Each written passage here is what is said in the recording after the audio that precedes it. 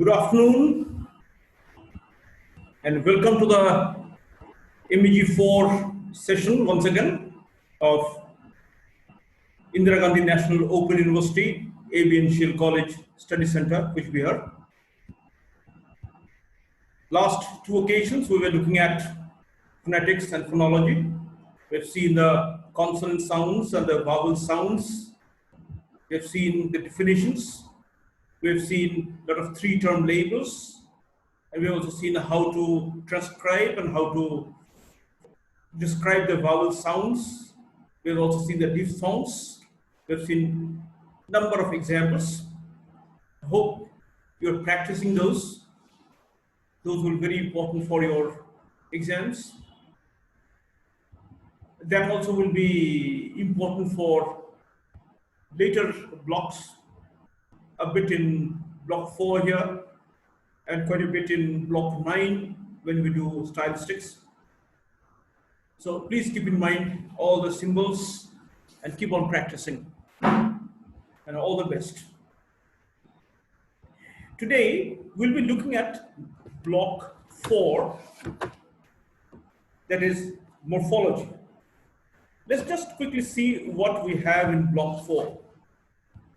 In unit 1, we have the study of words. Unit 2, 3, and 4, we have got word formation.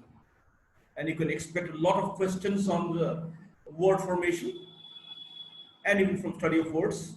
Please do look at this very well. If you have access to the book, The History of English Language by A.C. Bao, I'm sorry, you're getting the wrong side of the picture actually. So if you have this book, this will be really good, really helpful for you. I've been mentioning this book earlier. Now let's see what we have here.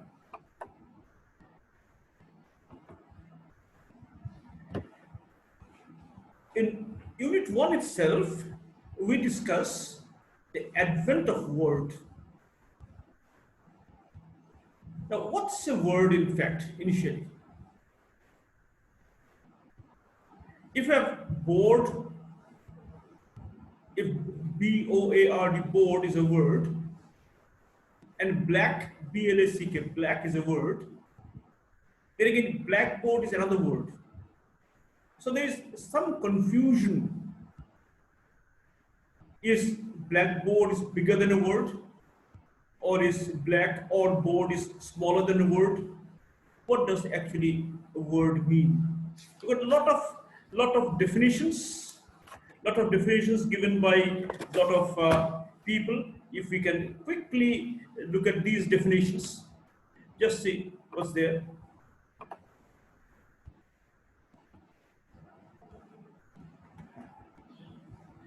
Oxford English Dictionary says is a combination of vocal sounds or one such sound used in language to express an idea, that is to denote a thing, attribute, or relation, and consisting of an ultimate minimal element of speech having a meaning as such.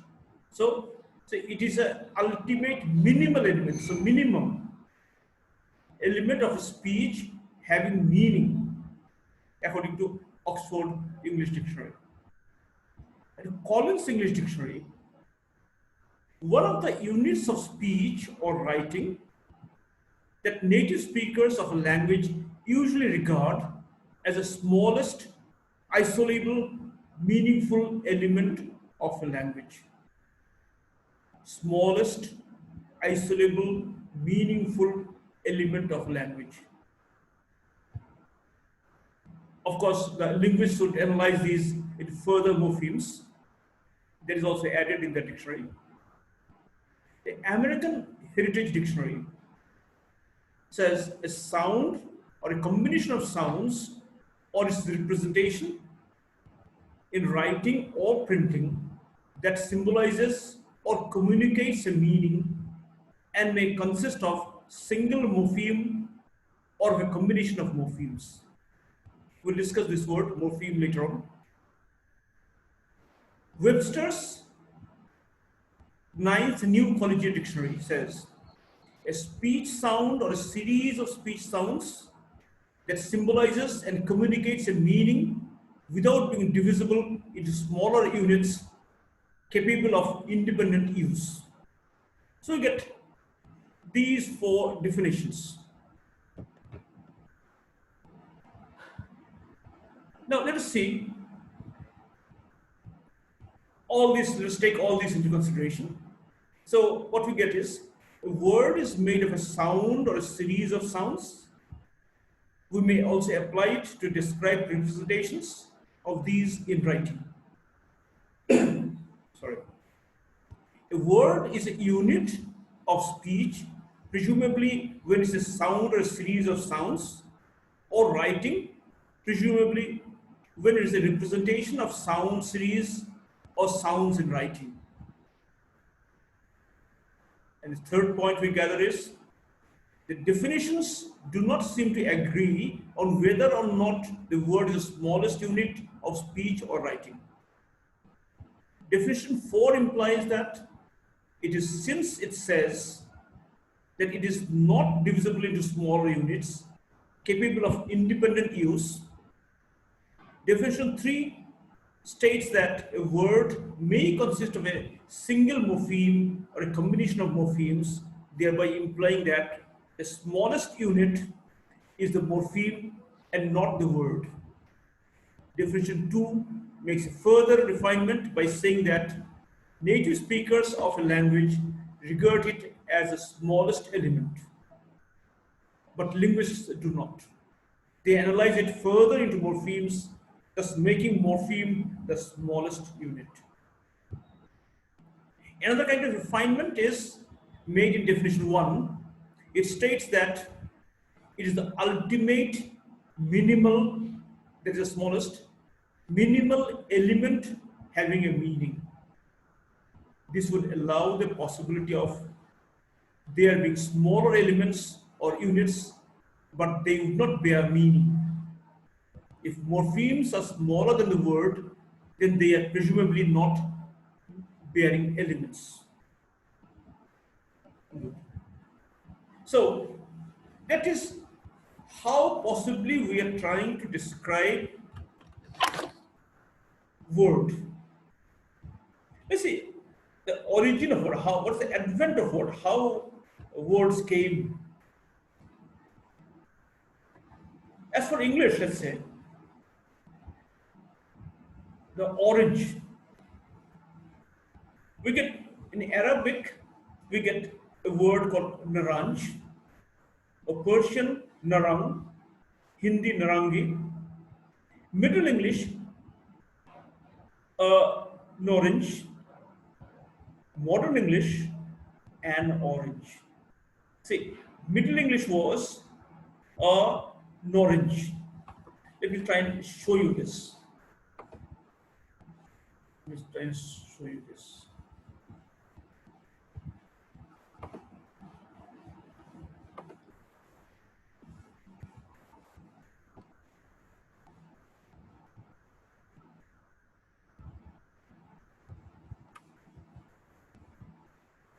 Yes, I think you can see this. Arabic, we have the word naranj. Persian, we have the word narang. Hindi, we have got narangi. Middle English, we have got an orange. This A and this N now shift its place, goes to, it adds to A in modern English and becomes an orange. An orange. Let me just check if we can.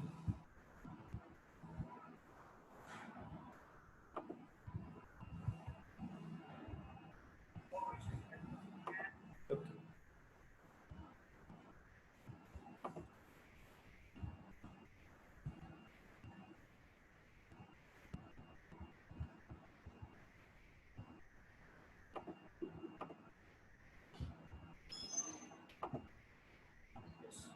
So we've seen that, we've seen the difference. Now see, There are different kinds of words. One can be the phonological word or the orthographic word. That depends on the shape. When you write the letters, it's orthographic. When we use the phonemes, when we use the symbols to pronounce it, it's a phonological word. When you pronounce it, it becomes phonological word. So there is a difference. This will come more often now.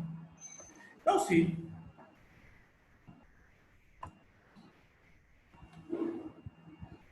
the smallest unit, you said the morpheme or the lexeme. Suppose E80 is the lexeme on the basis of which we have got, if we add S, eats, eaten, if we add Ian, if we add ear, eater, we say ing, eating, if we make 88, so the lexeme is eat. See, what's the rule here? Let's just check. If it's simple present tense, it is simple present tense, singular, first person, the form is eat. Second person is eat. But in third person, it becomes eats. We add an S. Singular present, simple present, plural. First, second, and third persons is all eat. Simple past, whether it's singular or plural, with first, second, or third person, we have ate. The past participle, singular or plural, first, second, or third person, eaten. The present participle, singular or plural, first, second, or third person, eating. So this is how it changes. The orthographic word changes. Now see, look at this. Now the grammatical word eat, in the present is eat, and look at the symbols e and t, eat. See, these are with slant lines. In past, it's 8, 88, a and t, 8. In the participle, eaten, eatn, and the symbols are, the transcription is e, t, and n. Then the word sing. SI is sing, sa, I, and na. So this is the way we transcribe and see how we can see the phonological word and the orthographic word. Now, looking at this table once again, now see, the realization of a distinct grammatical words by the same word shape is known as syncretism in linguistics. See, read, R-E-A-D, read, past tense is read, but the spelling is R-E-A-D. So this is syncretism. Look at this here, cut, present CUT cut, past of the CUT cut, participle of CUT cut. Pronunciation for all three are same, cut, ka, a, and ta. This is another case of syncretism. Let me repeat. The realization of distinct grammatical words by same word shape is known in linguistics as syncretism.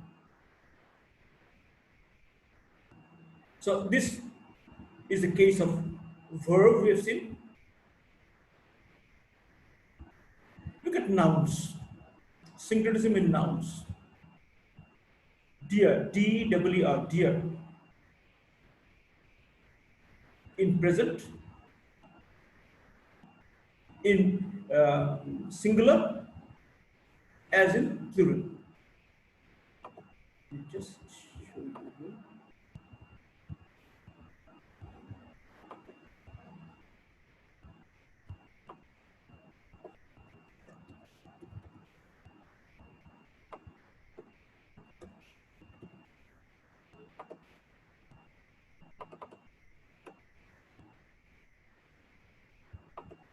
There was a slight error there, to be very sure.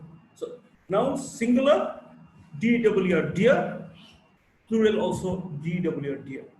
This is, so there is no change in the shape. We don't add anything here. So this is another case of syncretism in noun. Now in case of possessives, B-O-Y apostrophe S, boys, singular, B-O-Y-S apostrophe is plural. Pronunciation is same in both the cases, boys. So there is no difference in pronunciation, another syncretism. Then let's again go back to the definition. Definition of the word. Definition of word. Just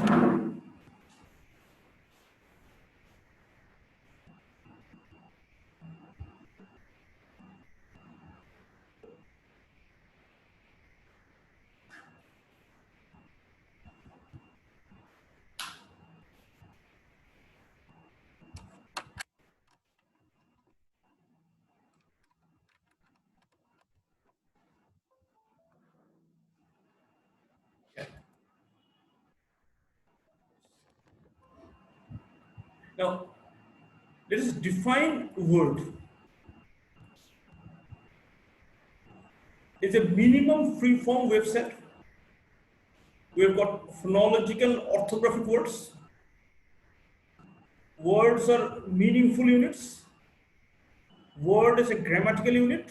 And word is a meaningful unit.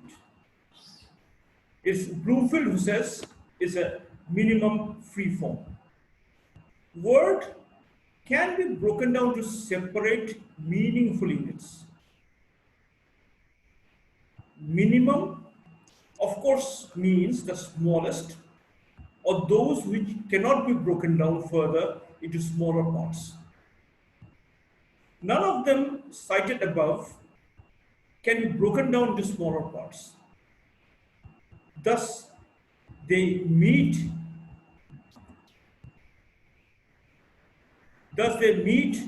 both conditions set out by Bloomfield and a words by its definition. So are forms like younger, oldest, sweeter, sweetest, etc. Since they are two minimum free forms, you can break them down into parts like sweet. Now, and cry, old, est, sweet, and old and est, etc. And these are bound, not free morphemes. They cannot occur as utterances alone. Bloom's definition laces the problem with forms like a, the, because, etc. Now, let us look at this word freedom once again in a different way. Some linguists argue that freedom means the positional mobility and stability. Positional mobility refers to the fact that the word is the smallest unit which can be moved around in a sentence. For example, let's look at the following sentences. Surely, he doesn't deny that. Now, see this word surely, he surely doesn't deny that. So we have moved it, we have shifted its position, the positional mobility. He doesn't deny that surely. So it has come to the end now. So this word, we kept on changing its position. So it's positional mobility. See, but again, we cannot move from sure this one part of it. We just cannot move, let's say, one part of it and leave the other part behind. Or we cannot, suppose, move this part and move the and keep this part. So it has to go together. So this is stability. This cannot change. Uh, see, longer forms can be moved around also. They were all keen to see the young Indian from Chicago. The young Indian from Chicago, comma, they were all keen to see. So we have moved, we have moved one part. Now from end, we have brought it to the front. So this is positional mobility. It may be in case of word or a group of words.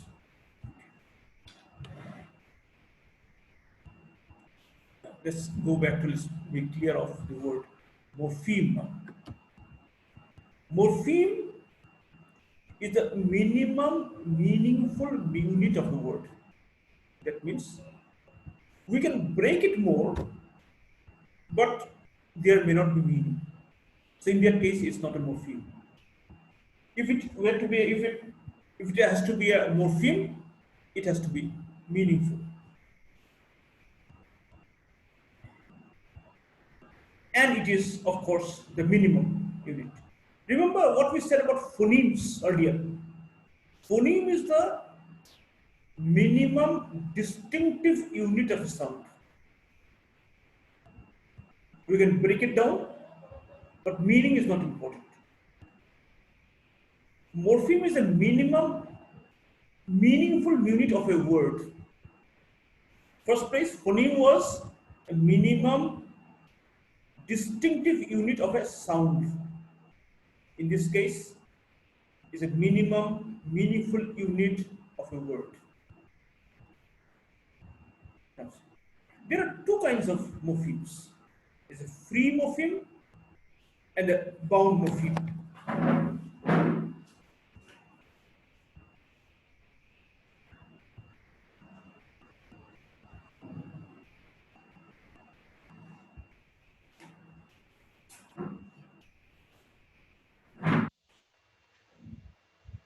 The free morpheme and the bound morphemes. Certain morphemes in English are such that they are realized at the word level into independently occurring forms. So some morphemes can occur independently. These are free morphemes, while others are realized only in combination with other morphemes into merged forms where their separate identity may not always be represented by phonological or orthographic use. There are other morphemes which are kind of an appendix, which are added. They cannot occur freely. So these are bound morphemes. Suppose the word bookish. Let's look at this word bookish and reading. See, in these two cases, see, bookish, book, book plus ish. Book, we can use it separately. is a distinct word. But this ISH, it cannot be there independently. Similarly, reading. Read is an independent word, but this ing isn't independent. So, read is a free morpheme and ing is a bound morpheme.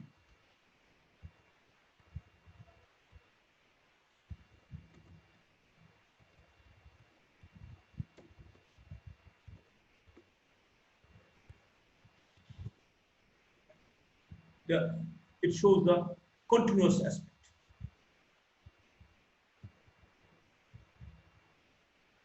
So similarly, we have got morphemes for the past. But in case of read, the orthographic word read, the past tense, we do not have a separate morpheme. We have a zero morpheme out there. Phonological form is different. But the homographic word, the orthographic word seems to be the same. Meaning versus grammatical function. Lexemes are defined in the previous units, earlier we had talked of, as abstract units, entities, which represent meanings. Meanings are based on references to external objects or concepts associated with external objects. However, not all language units we identify as words have meanings in this sense. For example, the function words, what we knew in phonetics as the structure words, the auxiliaries, the prepositions, the conjunctions, the articles, all these are function words or the structure words as in phonetics. These words are more important for the structure or the function than the meaning. They do not refer to anything outside the language. They only help relate words or units made up of words toward each other. In other words, they only have grammatical functions. So as I said, they're more important for the structure, for grammar, and not really for the meaning. The grammatical words or the lexical morphemes or the grammatical morphemes.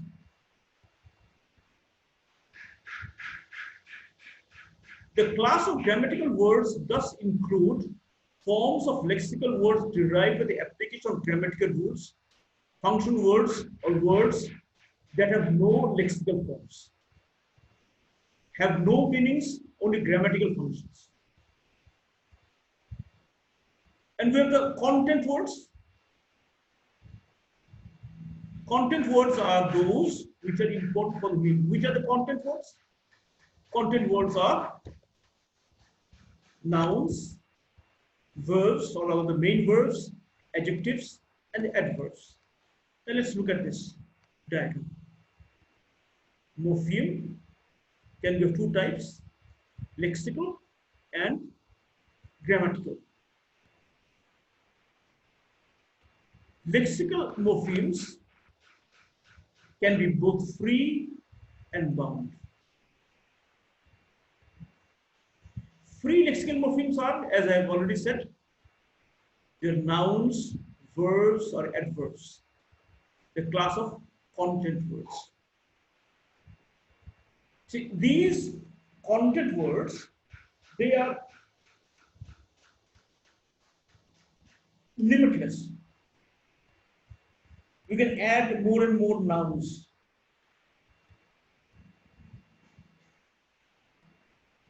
Let's say in connection with scientific inventions, in kinds of computer science, information technology, the internet, we get new words every day.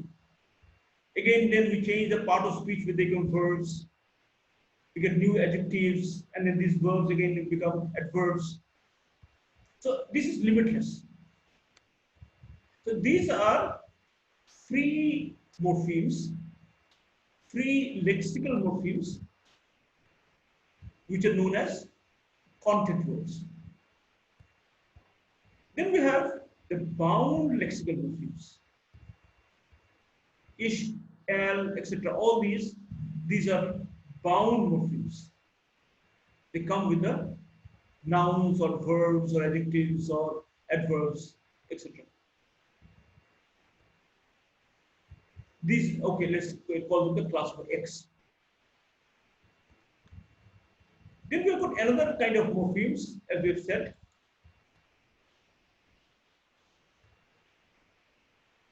The grammatical morphemes.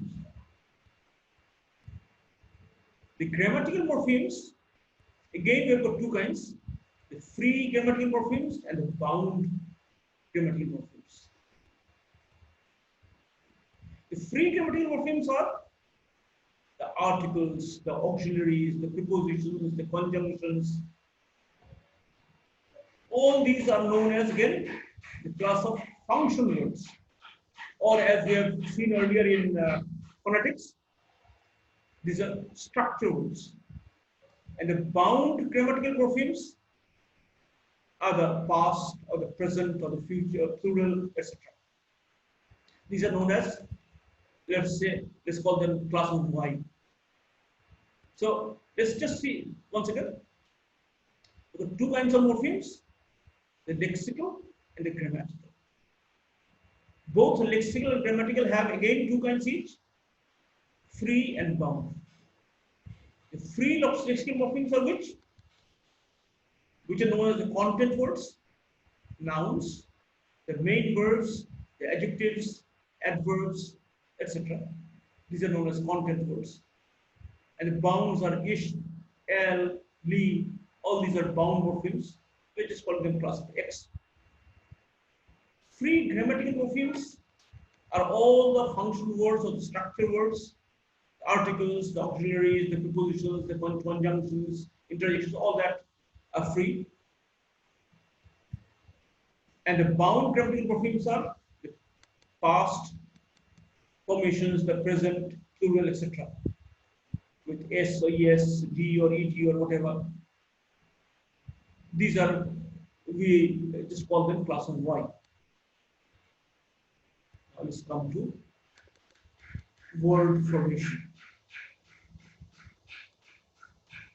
One of the major characteristics of any human language is that one can always produce and understand new words. See, we have seen in block 1, when we saw a difference between human language and animal communication. In case of animals, they cannot produce a new sound. Even if they were to produce a new sound, they wouldn't understand it. But in case of human beings, we have the creativity. We can produce new sounds. Suppose for English, we have got millions of words in English. We really don't know how much, exactly how many. So this is continually, this is increasing. But we are able to understand it. So this, we need to understand how we form words. We'll look at this slowly. In fact, one of the reasons the English vocabulary has got richer is because of the fact that it always allows the manufacture of new words in a routine manner. Either it is borrowed and then it becomes a part of English again, is naturalized, is used in different parts of speech, or it keeps on making new words. Even a cursory look at newspaper reveals many words which should not be found in the dictionary. Suppose words like politicize, criminalize, marginalize, all new words. Suppose we can read words like uh, embed Kurzi, McDonald's, Mandelize. These are new words we are getting. Such words are produced according to certain fixed patterns and not according to there is a fixed pattern. But suppose we cannot produce words like suppose redeem, Louis, etc. So these could be these are not identified as English words. Similarly, one can use a very recently coined noun, email. This is a new word, email. We can use it as a verb, emailed a reminder. But message is not a acceptable word these days. The SMS is okay, but message is not really appropriate these days. So the formation is a productive process, like is governed by certain rules. So that is important. If there are some rules, and that is how we can have new words. Now let's look at simple, complex, and compound words. Simple words like boy, sing, kind, right, etc. Complex, boys, singing, kindness from kind, writers from right, or writer from right. Writer is again a simple word. Writers or writes will be a complex word. Compound words, we have added two nouns here, say play and boy, play boy, bird and song, bird song. Compound, complex. Again, the compound words, and again we have added something. Hot-bloodedness. Hot blood. Hot-blooded. Hot-bloodedness. That makes it complex. Writer, simple word. Writer producer is complex. Writer producers, compound complex. Writer producer is a compound word, and writer producers is a complex word. The neat picture distributed a relatively small set of complex words, which seem to realize a combination of bound morphemes only. Consider, for example, set of words to local, locality, dislocate, locus, localize. Because of the constancy of the element LOC in all these forms, accompanied by constancy of meaning, place, some linguists argue that LOC be recognized as a morpheme. However, since LOC does not appear independently as a word, it must be recognized as the realization of a bound morpheme. It's a realization of a bound morpheme. This you have to understand. LOC does not appear freely. So it's a realization of a bound morpheme. This further leads us to conclude that complex words could also be realizations of combinations of bound morphemes only. Let's look at sieve in receive, or deceive, or conceive, deuce as in reduce, deduce, and produce, sanct as sanctify, sanctum, sanctuary, sanctity, tox as in toxics, toxology, toxicology, intoxicate, detoxify. So these are different ways we can produce new words. The most productive of word production are seen to be in operation in making of complex and compound words. You see, we have solution, new words, Then we have got the affixes, the stems, and the roots. As we have stated earlier, in the majority of cases of complex and compound words, the free and bound morphemes in combination that are realized as words can be identified as separate elements called morphs. In the phonological or orthographical representations, excuse me,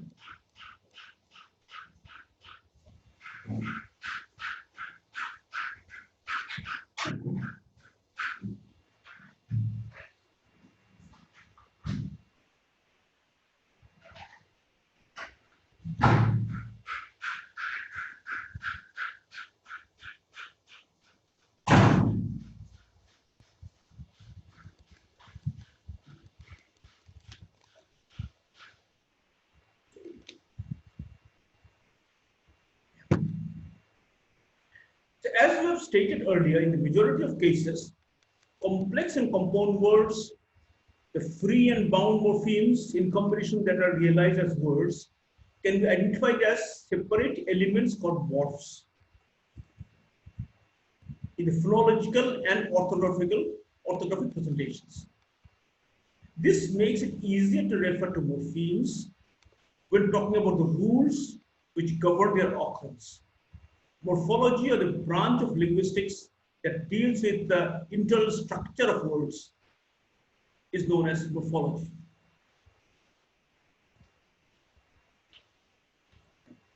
Let's look at this word, impenetrable. We have got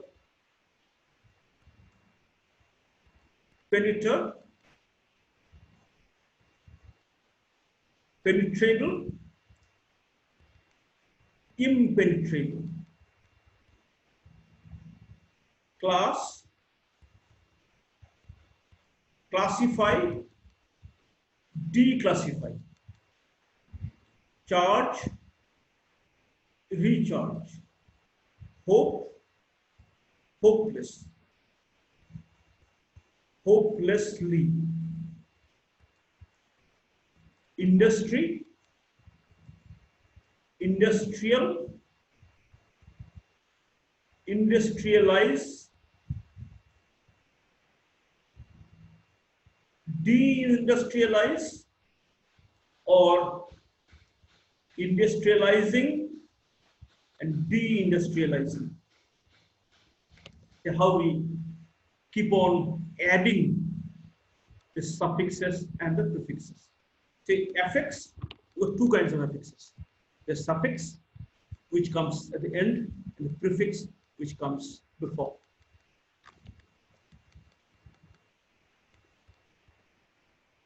Most of these complex words have one free morpheme, class or charge or hope or industry. Others are one or more bound morphemes. Affixes, we have said, are two sorts, prefix and suffix.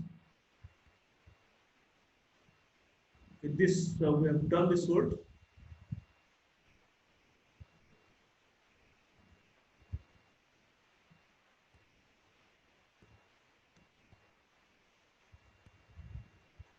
Let us look at this picture.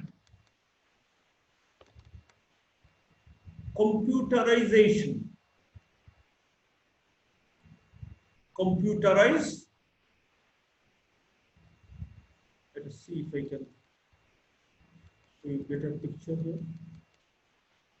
Computerize is a stem and ation is the suffix.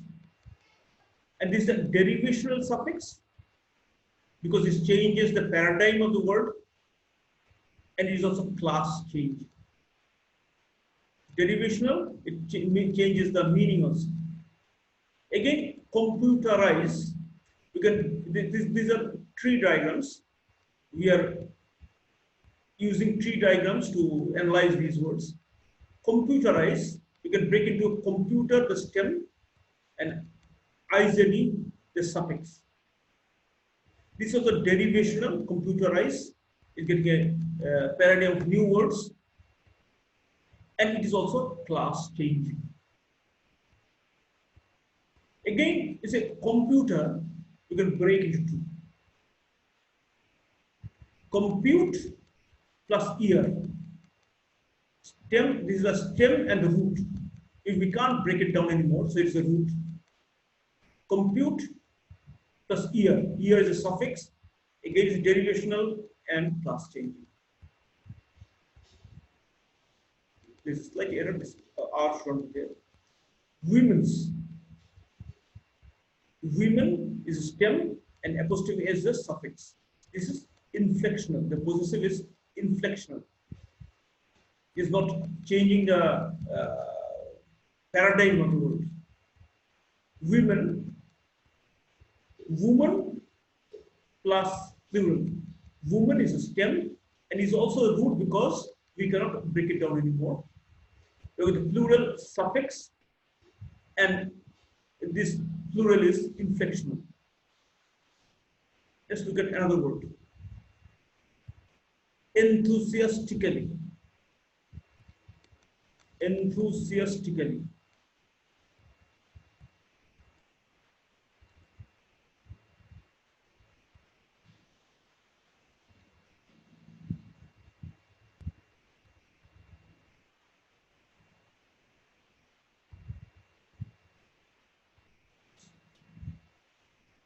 Enthusiastical is a stem, and ly is a suffix.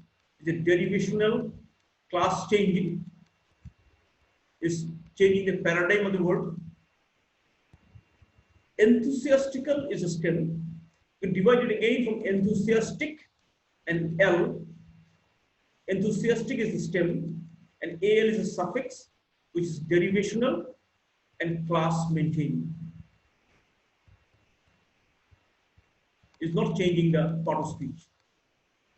Enthusiast is a stem, and ic is a suffix, which is derivational and class changing, changing the part of speech. We can divide it again into enthuse, which is stem as well as the root, because we can't break it down anymore to get a meaning. And IAST is a suffix, which is derivational and class changing.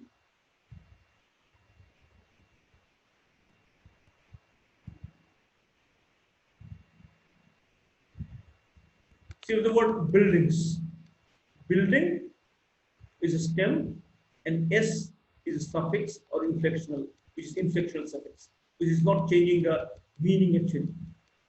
We're giving a same paradigm. Paradigm is not being changed.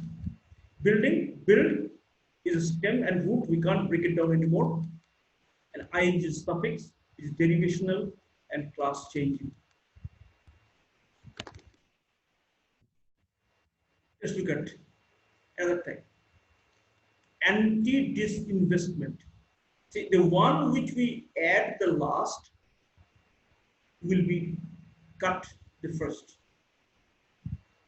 See, disinvest, disinvestment, anti-disinvestment. This was added the last. So this will come last. This will be cut first. This binary cut, this should be the first cut. Anti is changing the paradigm, is derivational prefix, is class maintaining, is the noun again. Disinvestment, disinvest plus ment, or it can be investment and disinvestment. That is also possible. You can do it two ways. Disinvest is a stem. Class changing is ment is class changing, derivational suffix. We can cut it, disinvest into dis and invest. Dis is the class maintaining derivational prefix, and invest is a stem and the root. I would have preferred the other way. Disinvestment, dis plus investment. So investment, we add dis to it. Investment, dis is class maintaining derivational prefix. And investment, invest and ment. Invent is the stem and root, and ment is the class changing derivational suffix. So we've got compounds, time, time bomb. The time and bomb, both are stem and root. See, computer application, another compound word. Computer and application, both are stems here. Computer, compute plus ear. Compute is the stem and root. We cannot cut it down anymore. Ear is the class changing from verb, it becomes a noun, derivational suffix. It becomes a different paradigm. Application is a stem, so you can apply, it's stem and root, we cannot cut it anymore. Asian is class changing and derivational suffix. So we have dry cleaners. Dry cleaner plus S, inflectional suffix. Dry cleaner is a stem. Dry clean plus ear, class changing, derivational suffix. Is getting a different paradigm. Dry clean, dry and clean, both are stem and root. So we have seen some derivational and inflectional suffixes and prefixes.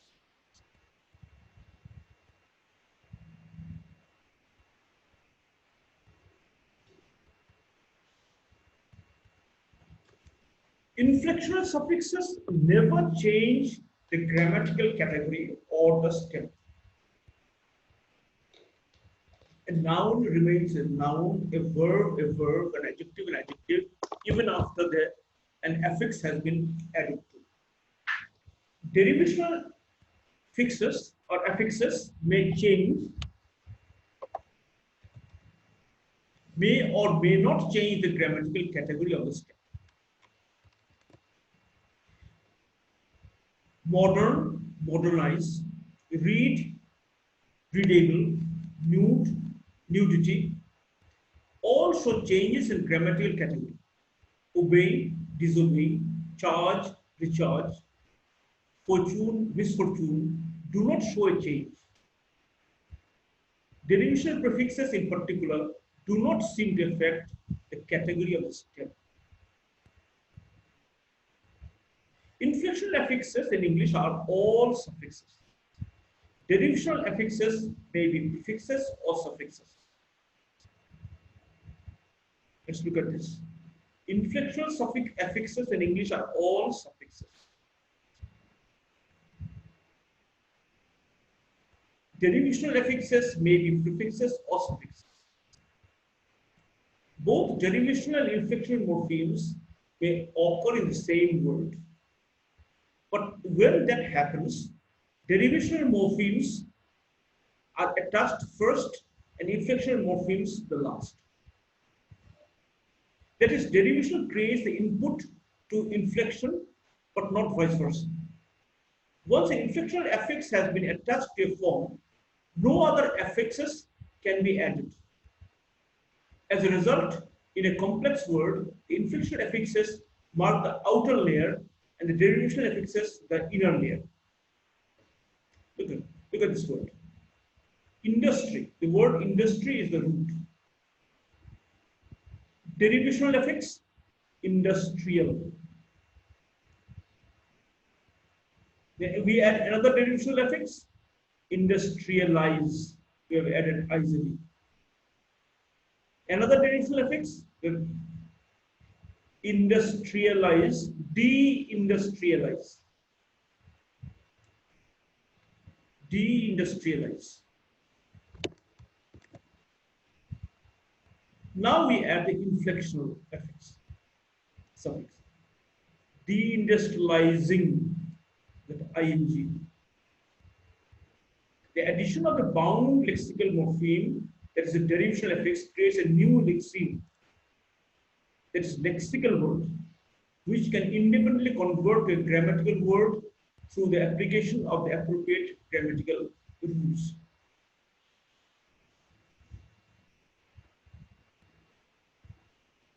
If both compounding and inflection take place, inflection follows compounding. In compounding, derivation and inflection all three occur if they follow the stated order. Kick started, kick plus start together and ed. Channel hopping, channel hop plus ing.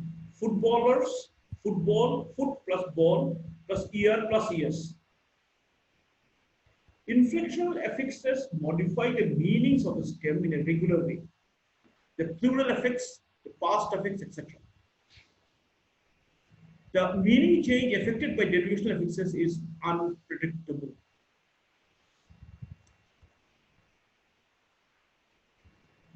As we said, derivational affixes can be both prefixes and suffixes.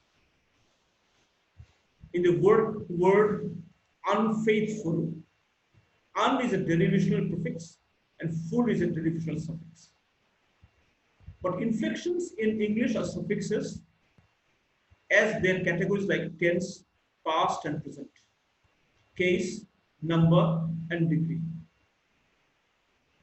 So we can formulate a rule here. All inflections in English are suffixes, but all suffixes are not inflectional. Please remember, all inflection in English are suffixes, but all suffixes are not inflectional. All prefixes in English are derivational, but all derivations are not prefixes. All prefixes are derivational, that part, that bound morpheme that's added before a word is a prefix. These are all derivational. But because derivational affixes can be suffixes also, so all derivations are not prefixes. These two rules we can keep in mind. Now look at this. Affixes can be two types, prefixes and suffixes. Look at the derivational prefix. Prefix, we do not have inflectional. Suffixes, but derivational and inflectional. Inflections do not change the part of speech. Derivations can be class changing as well as class maintaining. Let's look at it from a different angle. Affixes can both be prefixes and suffixes. Prefixes are derivational only, we said. They can be both class maintaining and class changing. Suffixes are both derivational and inflectional, but derivational suffixes are class maintaining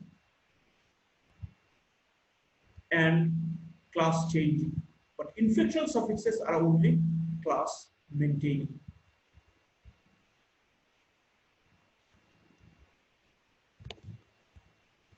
Derivational affixes are attached to lexical words to create new lexical words. As lexical words, these new words are also subject to same kind of treatment in the language as well as the lexical words. As for example, they make their grammatical paradigms like other words in the grammatical category. They can serve as stems for other derivational affixes and so on.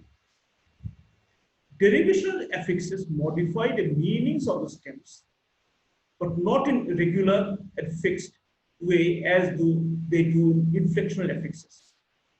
They affect a derivational affix and will have a meaning on the stem, but cannot be predicted with exceptionless regularity. Those subsets of stems may show partial regularities.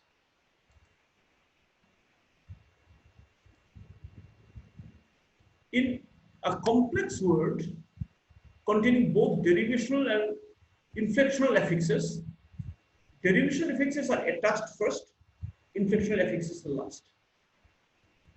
Once an inflection affix has been attached to a stem, no derivational affixes can be attached to it. Unlike inflectional affixes, derivational affixes often change the grammatical category of the stem to which they are attached. Thus, the addition of an adjective into a verb, and so on. This cannot happen with inflectional affixes. Inflectional affixes in English are all suffixes, but derivational affixes come both as prefixes. As compared to inflectional affixes, the number of derivational affixes is quite large, while a bound grammatical morpheme or loosely an inflectional affix occurs with all members of grammatical class or subclass without exception. A bound lexical morpheme, loosely derivational affix, may occur with only a few members of a class and not with others. This is because, as we have pointed out earlier, the occurrence of bound grammatical morphemes is determined by grammatical rules which apply without exception, whereas the occurrence of bound lexical morphemes is not determined. For example, the bound grammatical morpheme plural occurs with all members of the count subclass of the class of common nouns. But the bound lexical morpheme ish, though it occurs with adjectives, cannot occur with all adjectives. Not only does an inflectional affix occur with all members of the given class, it occurs only with the members of any other class. Derivational affixes, on the other hand, can sometimes occur with members of more than one class. Okay. So these first three units we have done. Now, unit number 4. Unit number 4 also deals with word formation. This is slightly different. Now, we have got coining. How do we coin a new word? So we have got, in the first place, the back formation.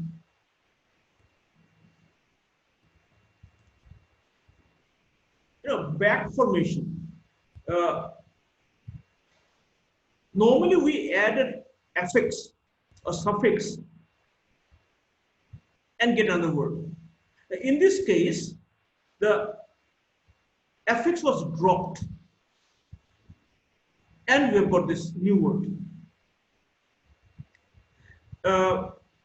Maybe there are two reasons, because it takes too many affixes, not actual fact, historically speaking, and affix are, because when the word was first introduced, the language, it came fully armed with an affix. Examples of the first type are big. See, from the word bigger comes the word big. Bigger does not come from the word big. Normally we would have thought big plus air, bigger. No. First the word bigger came, then only we've got the word big.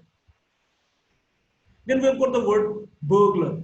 Burglar, from the word burglar came the word burglar. Normally we would see burglar plus air, burglar. Editor. Edit plus or. No. It's editor first, and then we got edit. We've cut the last part. Hawker. From hawker comes the word hawk. It's not hawk plus ear. It's hawker minus ear becomes hawk. Peddler. Peddler, when we take the back part, we get peddler. So there are many other words we have got in this way. Back formation. Earlier what we had seen, we were adding, affixing, we are fixing something either to the beginning or to the end. Now, we are not fixing, we are taking away something to form new words. So this is how, again, new words were formed in English.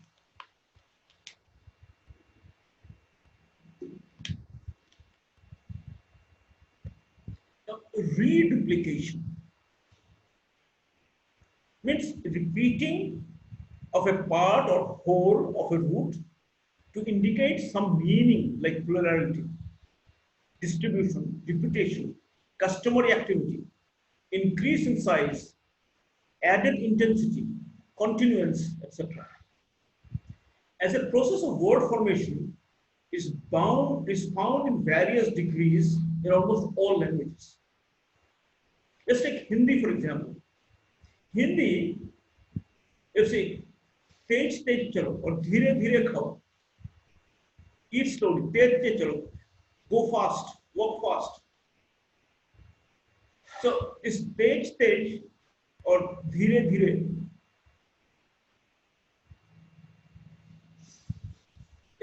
gives a degree to it, a kind of plurality, a kind of a degree to it.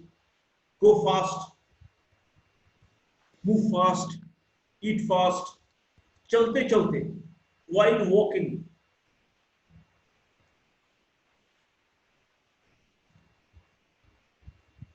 Customary activity, roz, every day.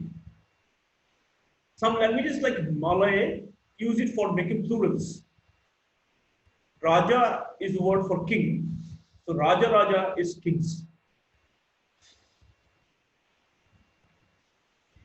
Now, first there are those types in which some base is repeatedly identical. Most reduplicatives of this type are nouns denoting sounds and carry the meaning an instance or act. They are mostly used when the context implies monotonous repetition or continuation of the sound. Thump thump of the crutches, tick tick of the clocks, clunk clunk of the boots, clunk clunk of the oars, pad pad of the shoes, and so on.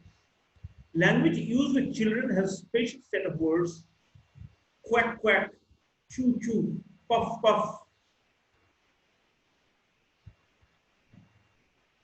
This is very interesting. The blends. See if there are any questions anywhere.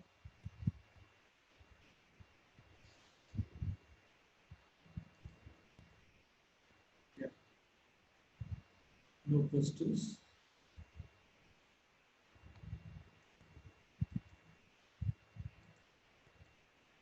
Yeah.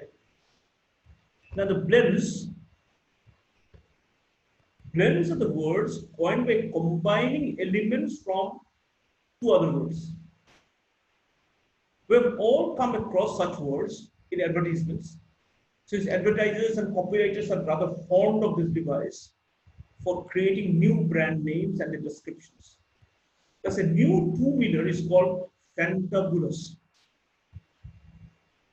which blends elements from two words, fantastic and fabulous. Fantastic and fabulous. We get the word fantabulous. Fantastic and fabulous. Fantabulous. Swim session. Swimsuit and sensation. First part of swim and second part of session. Swim session. A gramophone into which you can dictate letters to be recorded is called dictaphone. Gramophone, we take the phone from there, and dictation, we take dicta from there. Dictaphone. Computer accessories. Compusaccessories. Computer accessories. Compusaccessories. However, blends created by playful copyrights do not usually enjoy a lifelong and are often criticized by Java. Compound blends. Compound blends are the most common type of blends and are mostly results of conscious and well-planned coining. They are called compound blends because they share some of the attributes of compounds. Of course, only parts of the words are blended, not the whole words joined as in compounds. But normally enough is retained of the two words to enable us to identify them. Secondly, as in compounds, the second element is usually the important element or the semantic head. For example, brunch, which is a blend of breakfast and lunch. Suppose it's late for breakfast and early for lunch, we got brunch. It is thought of mainly as a lunch and not as a breakfast. So the last part is important. So it's actually a lunch, more of a lunch than of a breakfast. The second element is the head. That is important. Heliport.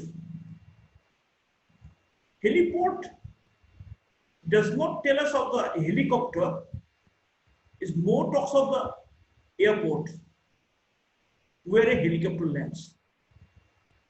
So we think of the airport more than of the helicopter.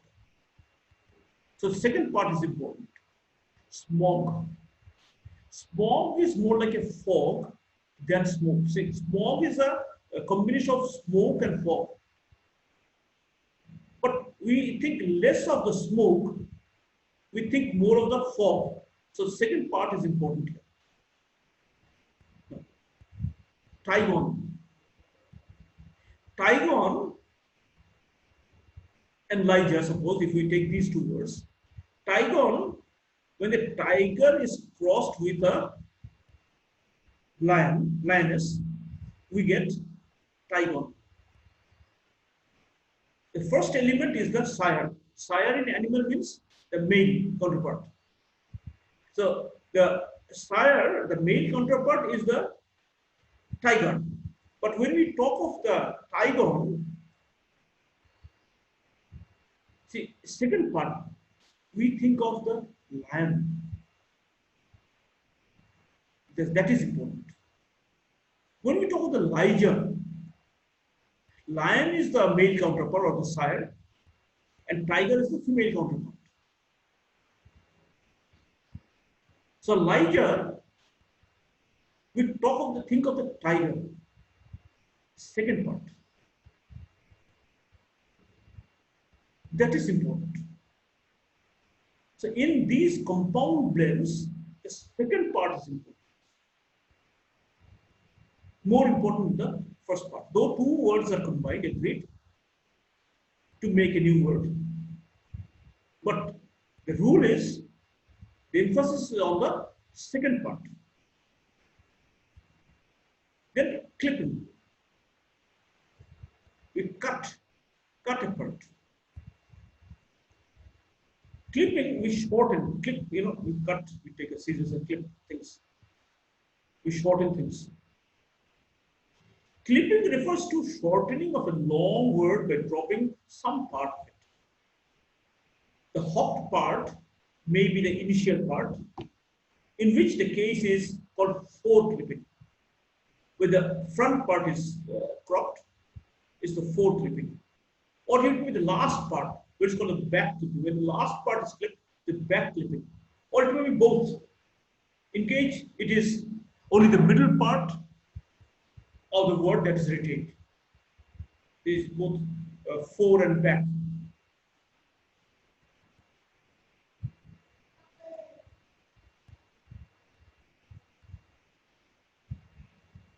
Yeah. Good. Now, the important thing about clipping is that it does not affect the meaning of the word in any way. The short and the long versions of the word mean exactly the same. This, however, does not mean that we are free We are free to use the clipped word whenever, wherever the full word is used. The two kinds of words are mostly used in different styles. That is important. Whether it's a formal style or the informal style, that we have to see. The clipped is normally in the informal style, either in writing or speaking, or whether it's within groups or two friends. Some such examples are cab and cabriolet. So cab is an informal word. Fadage, from the word fadage, we got fad. Mistress, we got a miss. Vampire, we got vamp. Pantaloons, we got pants. And so on. The restriction applies, however, to most of the clippings to be described below. Mag for magazine. So in the formal, we would say magazine, but informal, we might say mag. Examination, formal. Exam, informal. Doctor, formal. Doc, informal. Advertisement, advertisement, formal. Ad, informal. Foreclipping. So when we cut the front part and the end part is retained. Aeroplane, so we retain plane. Front part is clipped. Caravan, van, we retain van. Cara is removed. Earthquake, we retain quake, and the earth is removed. Hamburger, burger is retained, ham is removed. Helicopter, copter is retained, and heli is removed. Omnibus, bus is retained, and omni is removed. Telephone, phone is retained, and tele is removed. University, varsity is or varsity is retained, and uni is removed. This type of clipping is quite common with personal names, where clipping is sometimes accompanied by addition of a pet suffix like IE or Y, e.g. example, Bert for Albert, Hubert or Hubert, Becky for Rebecca, Bess or Bessie for Elizabeth, Drew for Andrew, Ginny for Virginia, etc. Backclipping. The more common type of clipping, in this type of elements dropped are taken from the end of the word. Advertisement. Advertisement is dropped and ad is retained. From the word bicycle, bike is retained. Now in India, by bike we mean again motorcycle. Is not that. Is a motorbike. From motorbike we can get a mobike, but it's actually bike is from the word bicycle. Cablegram. We get cable and gram is removed. Chimpanzee, chimp. And Z is removed. Exam is retained. Examination of the word examination. Ination is removed. Gasoline, gas is retained, and olein is removed. Hippopotamus, potamus is removed, and hippo is retained. Laboratory, oratory is removed, lab is retained. Mathematics, emetics is removed, math is retained. Memorandum, random is removed, memo is retained. Promenade, innate is removed, prom is retained. Perambulator, from perambulator to pram. Polymelitis, polio. This kind of clipping is quite frequent with the names. Al for Alfred or Albert. Ben for Benjamin. Fred for Frederick. Nick for Nicholas. Phil for Philip. Tom for Thomas. And so on. Fore and after clipping. That means we are clipping both sides, front and back. This kind of clipping, in which only the middle part is retained and is rather infrequent with names. The common examples are influenza, flu is retained, in and enza and in are removed. Fridge from refrigerator, ray and rater are removed. With some names, Liz or Lizard from Elizabeth, Lex from Alexander, Tave from Octavian. Now we have got the acronyms.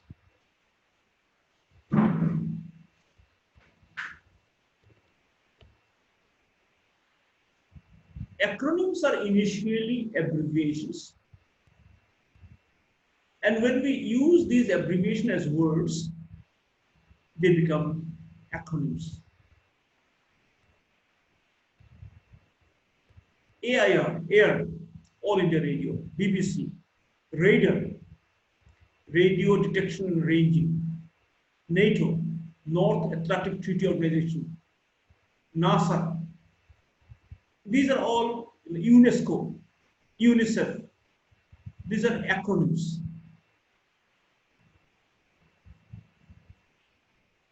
Next is the meaning change.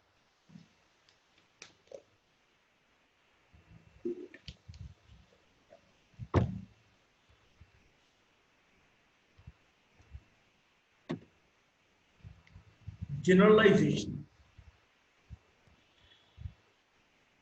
Now, metaphoric extension. Now, if you go back to EG1, BG1, extension in meaning. In extension of meaning, you'll find metaphorical expression. Suppose you have the word comb. Comb is a noun with which we comb our hair. Now, if we extend the meaning and say the police comb the forest for terrorists.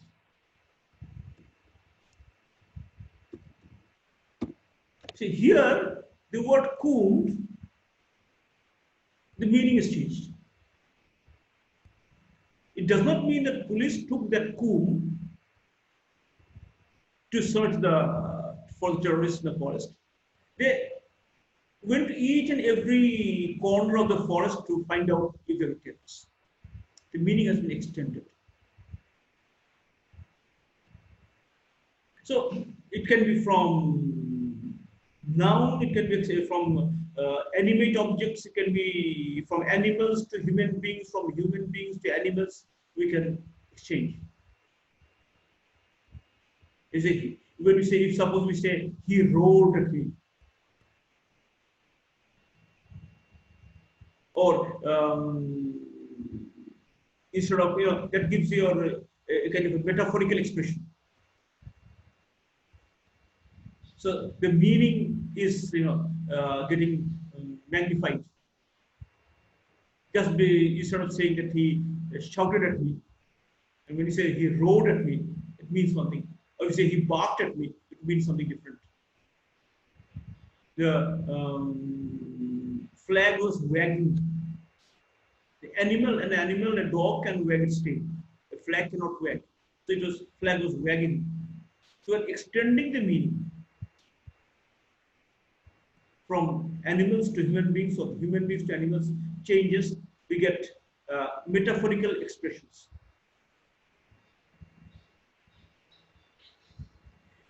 Generification.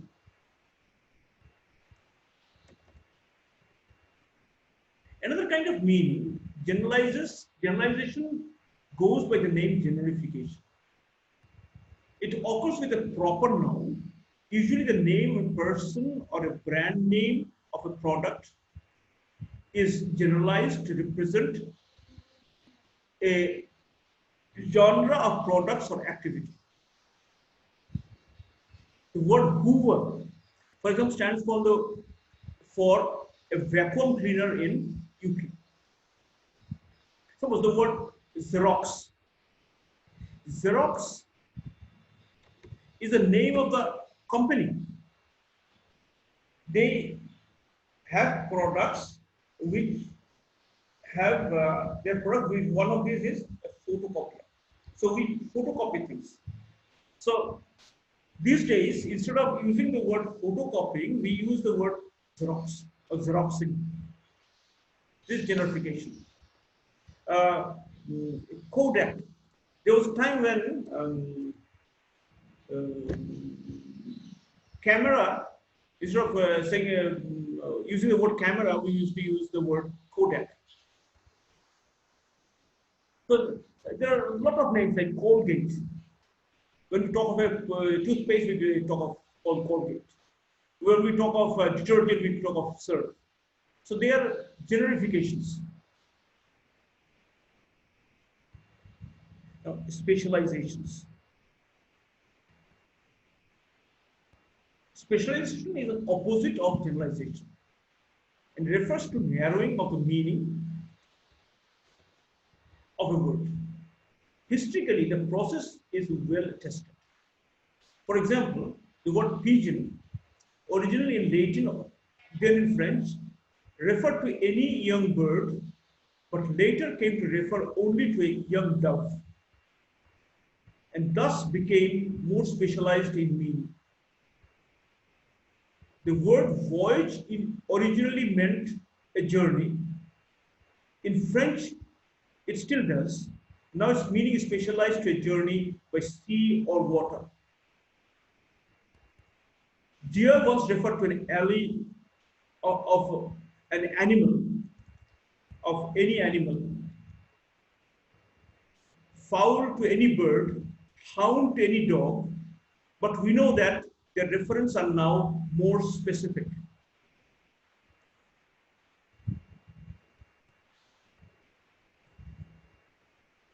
Change in connotations.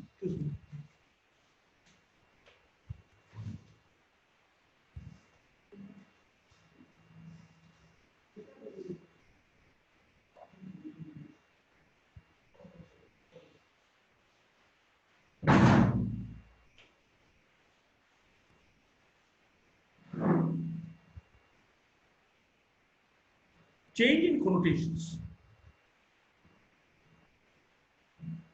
Apart from generalizations and specializations, words also undergo other processes of meaning change in which it is mainly their connotations, associations that change. The denotations may or may not. These connotations change so that word comes to acquire a more positive meaning. The semantic change is said to be ameliorative.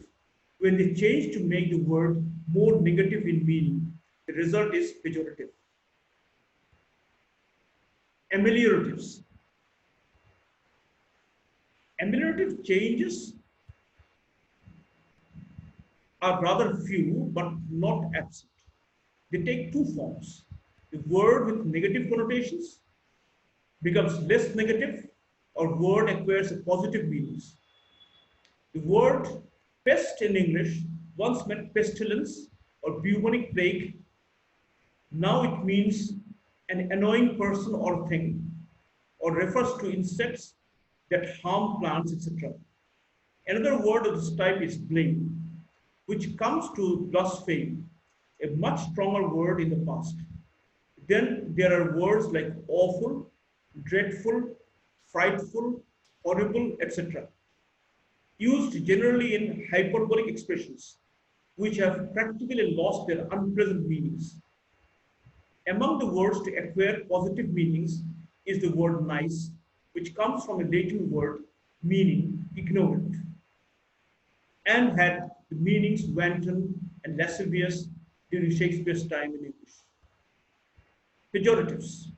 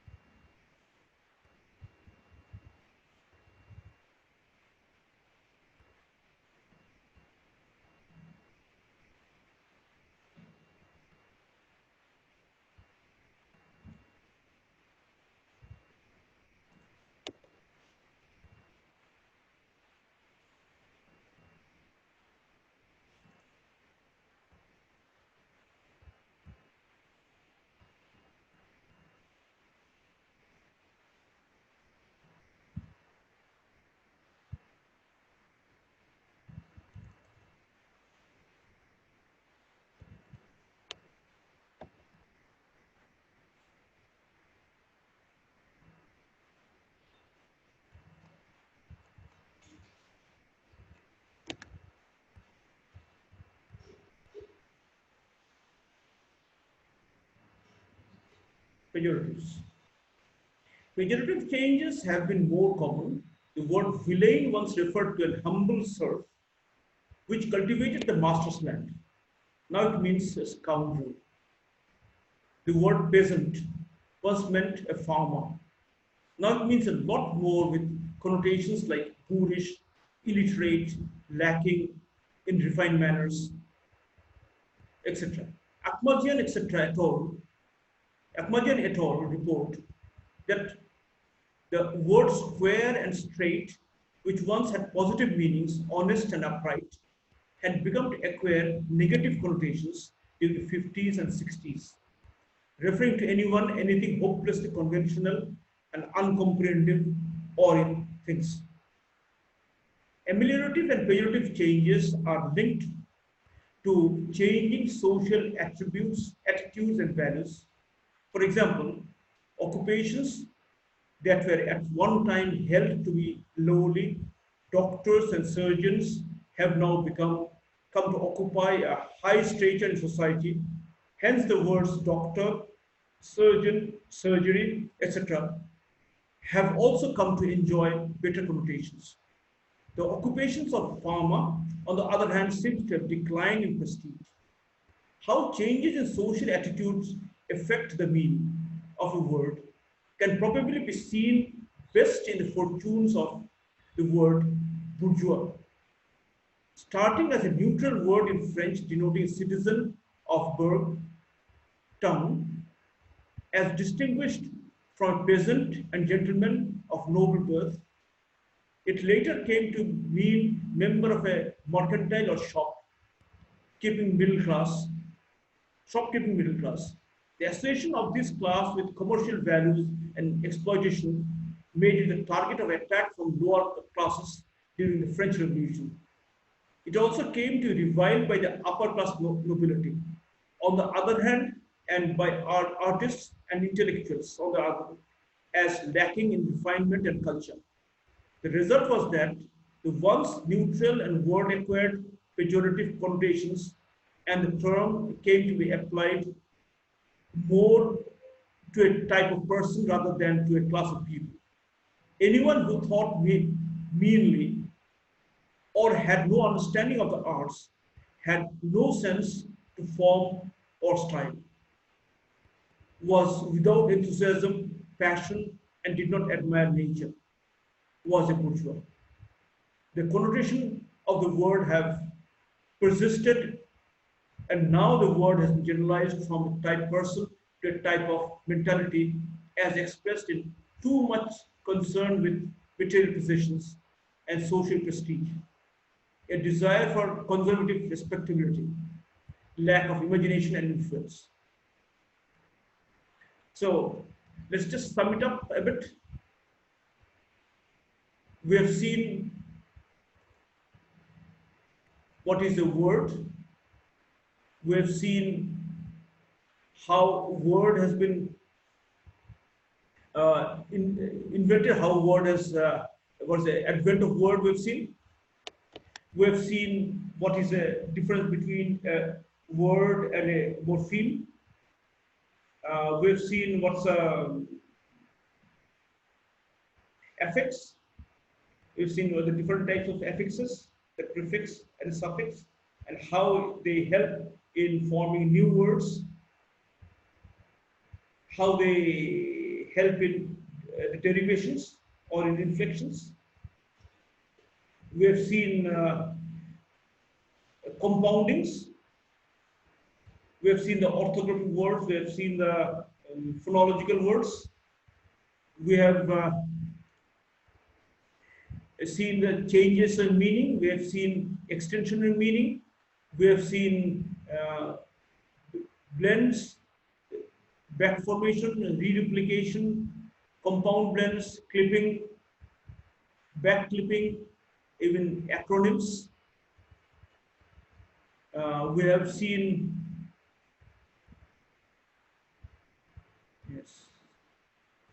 the tree diagram, how it can be analyzed, how words can be analyzed. We have seen what's a morph, what are affixes, what are stems, and what are roots. We've seen simple, complex, compound, and compound complex words in case of process of word formation. We've seen grammatical and lexical morphemes. We've seen the grammatical functions. We've got the stability and positional mobility of words and phrases. We have seen syncretism. I think that should be good enough for us for today. We've covered all the four of them, all the four units. In all the four units, we have seen what we have seen. Let us just recollect. It's the study of words. We've seen word formation 1. In unit 2, we've seen word formation 2 in unit 3, and word formation 3 in unit 4. I think you'll have a lot of questions on this. Please do ask questions, and that will be helpful for all of us. We should be able to help each other to learn. And I'm sure if you go through your assignments, if you go through these blocks, please simply do not depend only on the blocks. You might need other books.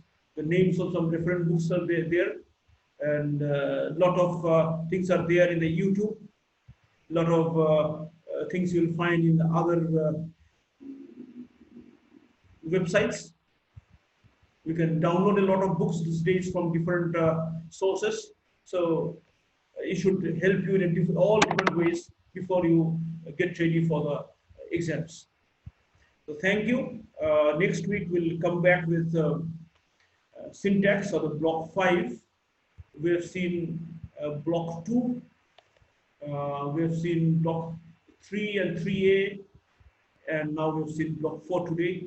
Okay. Thank you for all of you for giving a patient hearing. I would have loved more and more of interaction, but there's hardly interaction today. Please do ask your questions. We'll be able to answer them later on. Thank you. Bye-bye.